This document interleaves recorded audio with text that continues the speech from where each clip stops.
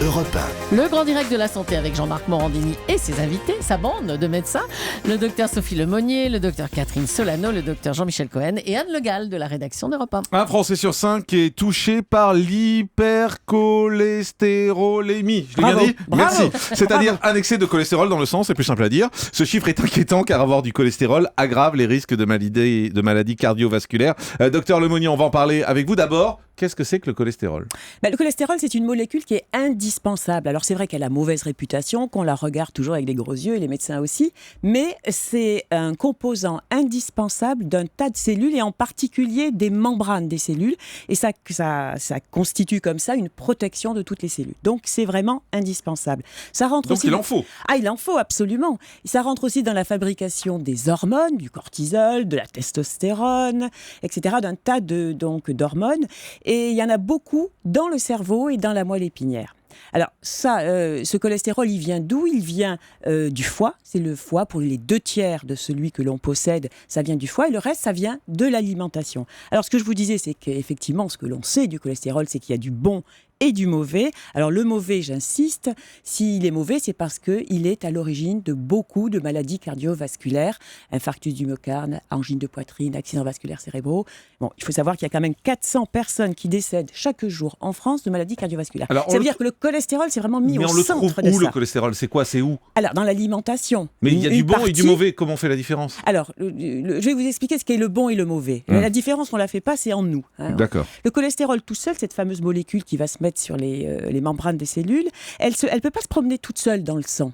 Et en fait, quand il circule ce cholestérol dans le sang, il est transporté. Il y a des transporteurs, et c'est là où il y a des bons transporteurs et des mauvais transporteurs. D'accord. Alors, c'est ça qu'on mesure, en fait, dans le sang. Le cholestérol tout seul, on ne le mesure pas. On mesure les transporteurs, le transporteur. Le LDL, cholestérol, c'est un mot compliqué, mais bon, il faut donner un nom à ce qui On mesure les camions, quoi. Et on mesure le camion, le taxi, comme vous voulez, et le HDL. Alors, le LDL, qu'est-ce qu'il fait ? Il emmène du foie, je vous disais qu'il y avait beaucoup de cholestérol dans le foie, il emmène le cholestérol du foie vers les cellules qui en ont besoin, le cerveau, etc., avec toutes les cellules qui en ont besoin.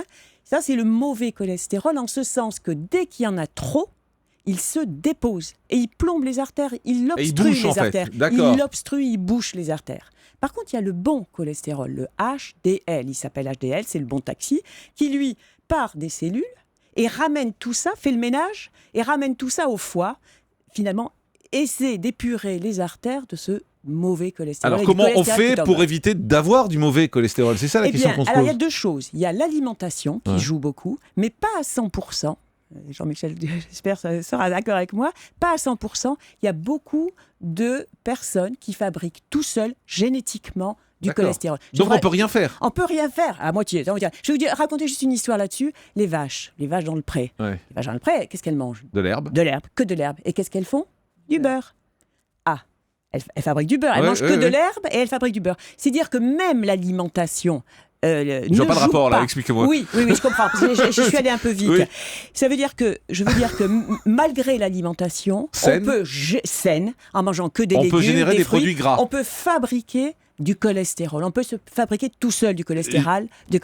Jean-Michel Cohen. Alors, le cholestérol, il peut venir de deux façons. Soit à partir de n'importe quelle graisse, on est capable de fabriquer avec le foie du cholestérol. À partir de n'importe quelle graisse. Donc, nous, on s'est joué simplement sur le taux de cholestérol. Et quand on veut traiter quelqu'un pour le cholestérol, on joue sur deux choses. Un, on diminue toutes les graisses. Parce qu'on est sûr comme ça. Il n'y a pas de bonne graisse. Non, il n'y aura pas de bonne graisse. On diminue toutes les graisses de telle façon à ce que le foie ne puisse pas en fabriquer. Ouais. Et la deuxième chose, c'est qu'on élimine les produits qui contiennent du cholestérol, c'est-à-dire les graisses essentiellement animales, comme le beurre, les œufs, la crème, alors que contrairement à une idée reçue, l'huile ne contient pas de cholestérol. Donc quelqu'un qui mange trop de graisse, même des bonnes huiles, comme l'huile de colza, l'huile de tournesol, l'huile d'olive, est capable, s'il a une prédisposition à faire ça, à fabriquer du cholestérol, parce que 2/3 du cholestérol de votre sang sont fabriqués par le foie, indépendamment de ce que vous faites. Donc ça ne sert pas toujours à grand-chose de simplement stopper toutes les graisses qui contiennent du cholestérol. Et pour être très concret, on ne peut pas intervenir sur le foie pour l'empêcher de faire des mauvaises graisses ? Alors oui, là bien sûr, c'est là où les médicaments interviennent, c'est là où quand même un petit peu l'alimentation intervient, l'activité physique, j'y tiens. Parce que c'est vrai que quand on consomme de l'énergie, quand on fait donc une activité physique, pas forcément du sport, on brûle un petit peu ces graisses. Donc on intervient sur le foie avec des médicaments. Ces médicaments sont efficaces aujourd'hui ? Ah oui, on considère que ces médicaments sont efficaces. Et c'est essentiellement les statines. Avant, on parlait des fibrates, mais on considère maintenant que les fibrates sont plus tellement efficaces quand on a un taux de cholestérol élevé.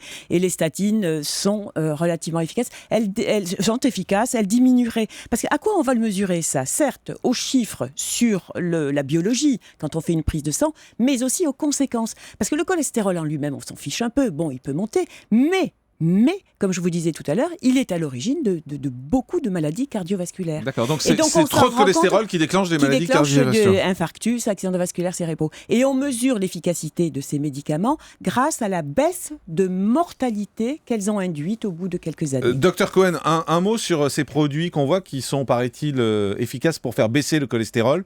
On voit des pubs à la télévision en disant si vous buvez des yaourts, enfin des yaourts à boire ou des trucs comme ça, vous allez faire baisser votre cholestérol. Est-ce que ça marche ? Ça a été très contesté.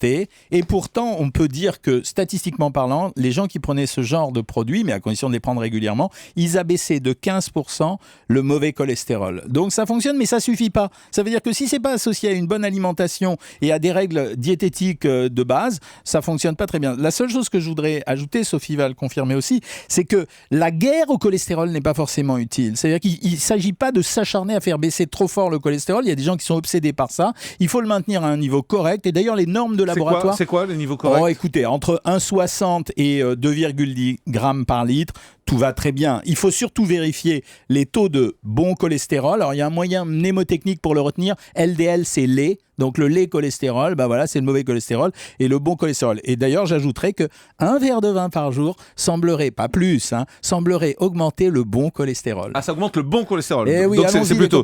Docteur Lemonnier. Oui, je voudrais juste rajouter sur les phytostérols. C'est un mot compliqué, mais pour expliquer ce qu'il y a dans ces fameuses margarines, ces yaourts, etc. Ça, Jean-Michel, ça a été descendu par l'ANSES, l'autorité de... C'est pas un critère.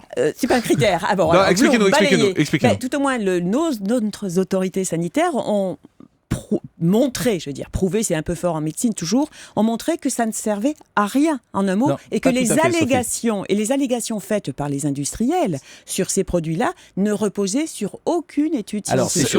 On parle de ces yaourts, par exemple, qui font baisser le cholestérol. Les yaourts, margarine. C'est surtout l'allégation qui était outrageuse par rapport à la réalité. La réalité, c'était 15% du LDL cholestérol, du mauvais cholestérol en moins. C'était pas plus que ça. On faisait pas baisser le cholestérol, on changeait le mauvais cholestérol. Donc c'était un complément au traitement diététique et c'était un complément aux règles hygiéniques habituelles. Donc on en prend ou pas de ces produits-là ? Moi, je suis assez pour. Attendez, vous n'êtes pas d'accord. Docteur Lemonnier. Pour moi, ça sert à rien. Ça sert à rien. Et Docteur Cohen ? Moi, je suis plutôt pour parce que ça s'ajoute à un système et ça fait rentrer les gens dans une mécanique, dans une dynamique de gestion. Oui, mais autant leur apprendre autre chose. On leur apprend à faire du sport, à limiter effectivement les graisses, à faire une activité physique. Apprenons à remanger plutôt, c'est ça ? À remanger. Des légumes. Enfin, je ne vais pas revenir sur les... les légumes. Les légumes, les fruits et très peu de viande rouge. Docteur Solano. Oui, voilà. Moi je voulais reposer une question pour me remettre au point en nutrition, c'est que j'ai comme notion que manger trop de sucre aussi, ça fait monter le cholestérol. Absolument. C'est-à-dire que quand vous mangez trop de sucre, vous allez finalement changer le sucre, c'est-à-dire qu'au bout d'un moment, il va se transformer en graisse. Et à partir du moment où il se transforme en graisse, on revient à ce que je disais au début, c'est-à-dire qu'il peut lui-même se transformer en cholestérol. Et c'est pour ça que j'insiste pour dire, c'est pas la peine non plus de lutter comme des bêtes sur le cholestérol. Il faut avoir un taux normal, c'est pas la peine de la baisser trop fort. Il faut vérifier tous les combien son cholestérol. Est-ce qu'à partir d'un certain âge, il faut le faire régulièrement ? Oui, et c'est relativement bien fait en France quand même. Les adultes, à partir de 40 à... Une étude avait été faite, de 40 à 60 ans, ont mesuré au moins une fois leur cholestérol. Alors l'idéal, c'est quand même...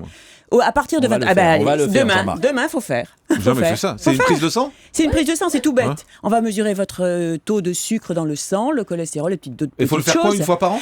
Il faut le faire, au moins à 20 ans, 5 ans. À partir de 35-40 ans jusqu'à 80 ans, je dirais tous les 5 ans. Ah bon, j'ai du temps. Si c'est à partir de 30 ans, je le ferai l'année prochaine. Bien sûr, c'est ce que je voulais vous dire.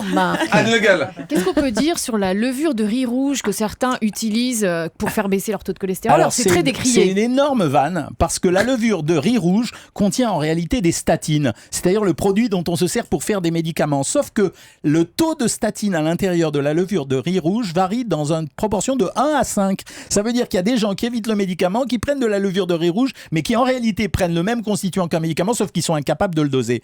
Dernière précision de ma part, j'observe, et je vous le dis, pour ceux qui ont du cholestérol, faites quand même de temps en temps vérifier les hormones thyroïdiennes, parce que quand vous êtes en début d'hypothyroïdie, que ça ne se voit pas tout à fait, on assiste de temps en temps à des montées de cholestérol qui n'ont plus rien à voir avec les phénomènes métaboliques dont on parlait. Docteur Lemonnier. Tout à fait Et on va d'accord au pour la standard. thyroïde, oui. Ce que je voudrais dire, c'est que le cholestérol, c'est quand même insidieux. On n'a aucun symptôme. Et en silence, les Américains l'appelaient le serial killer, en silence, il fait des dégâts. Et même un taux de cholestérol, un petit peu de LDL, un petit peu élevé, ça se dépose insidieusement sur les artères. Et 10, 15, 20 ans plus tard, on se dit, mais mince, pourquoi je fais un infarctus, pourquoi je fais un AVC? Donc, d'où l'importance, effectivement, de contrôler son Alors, on va cholestérol. aller au standard d'Europe 1, on va prendre Jacqueline qui nous appelle de Grenoble. Bonjour Jacqueline. Bonjour. Bienvenue sur Europe 1. Vous, vers la quarantaine, hein, vous avez eu du cholestérol. Vous avez... Enfin, on me l'a détecté à ce moment-là. Oui, j'ai atteint jusqu'à presque 3 grammes, je crois. Ouais. Vous avez pris des médicaments pour le faire baisser? Oui, et là, on m'en a pas au début, parce Ouais. que j'ai essayé de faire du régime. Après, j'ai pris des médicaments. Et un jour, vous avez décidé d'arrêter de prendre des médicaments parce que vous en aviez marre? C'est aussi que j'avais une hypothyroïdie, que ça a été soigné, et que mon médecin m'a dit on va arrêter le cholestérol, on va voir ce qu'il fait, ce que ça fait. Et en fait, vous avez fait un régime plutôt, c'est ça, un régime alimentaire. En plus, j'ai fait, de toute manière, j'ai jamais beaucoup aimé la viande rouge, mais je mange beaucoup. Le régime, je fais plutôt le régime méditerranéen, c'est-à-dire crétois, comme on dit, Ouais. beaucoup d'huile. Et depuis, ça va mieux? Depuis, j'ai moins de 2 grammes, oui. Ah oui, d'accord. Ah, Alors, gramme 80. docteur Cohen, dans la viande, il y a on Alors, fait la augmenter le viande, taux de cholestérol avec la viande rouge? Toutes les graisses animales, c'est-à-dire la viande, les œufs, la crème, le lait entier, les produits laitiers entiers et bien entendu le fromage. Donc, et le beurre, bien sûr, mais tous les produits laitiers. Donc, à partir de ce moment-là, vous avez du cholestérol. Mais quand on a un trop fort taux de cholestérol, très honnêtement, c'est illusoire de penser que seulement avec le régime, on va y arriver parce que le régime va être tellement difficile que de toute façon, on n'arrivera pas à le suivre parfaitement bien. Il faut manger quoi? Il faut favoriser quoi comme alimentation?